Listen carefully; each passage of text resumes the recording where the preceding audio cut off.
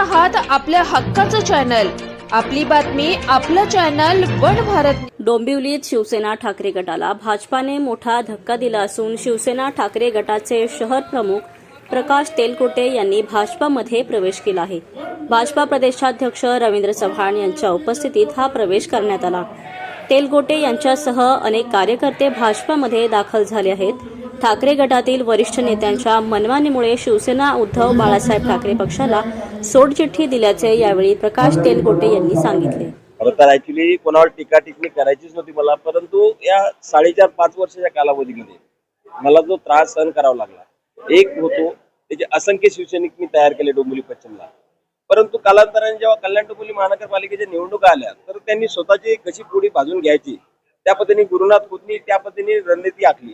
दीपेशजी मात्रे जेव्हा आमच्याकडे होते ते गेल्यानंतर त्यांनी लगेच त्यांची टीम वर्क कार्यरत केली। त्याच्यामध्ये काही स्थानिक डोंबिवलीतले पदाधिकारी आहेत, त्यांना वरिष्ठ पद देऊन त्यांना त्यांच्या पद्धतीने मनमानी करून घेतलेली आहे। त्यानंतर मग कालांतरी माझंही तिकीट कापलं। ज्या तेलकोटेंनी शहर पश्चिम मध्ये एवढं मोठं उभं केलं, बाळाते शाखेपासून तर सगळे शिवसैनिक जमा केलेत आणि त्या लोकांना डावलण्याचं आणि आम्हालाही डावलण्याचं काम केलंय, परंतु किती दिवस चालणार? शेवटी सहनशक्ती असते। मी उद्धव साहेबांशी काल रात्री बोलणं झालंय माझं, संजय राऊत साहेबांनी फोन केला, विनायक राऊत साहेबांनी सुद्धा फोन केलेले होते। त्यांनी सांगितलं मला 1:30 वाजताची मातोश्री माझी बैठक सुद्धा होती आजची, परंतु वेळ निघून गेलेली होती। रवी दादांशी माझे गेले 2009 पासून संबंध आहेत, ते जरी आमच्या समोर नसले तरी मागून त्यांनी नेहमीच सावलीसारखी साथ दिलेली आहे। माझे मित्र चिन्नी साहेब आहेत, दीपेशजी असतील, सगळीच टीम, नंदू दादा असेल, नंदू दादा आमच्या एक परिवारातला एक हिस्सा होते, आम्ही त्याच्या परिवाराचा एक हिस्सा।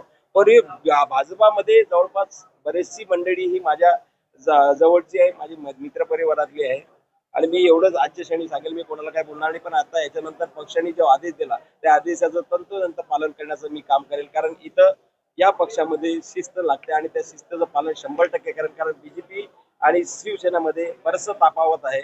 शिवसेनेमध्ये सिस्टम आक्रमक असते, इथं हे सर्व पालन शिस्तेचं पालन करायचे, त्यामुळे मी 100% प्रयत्न करून पुढे कार्यरत राहील।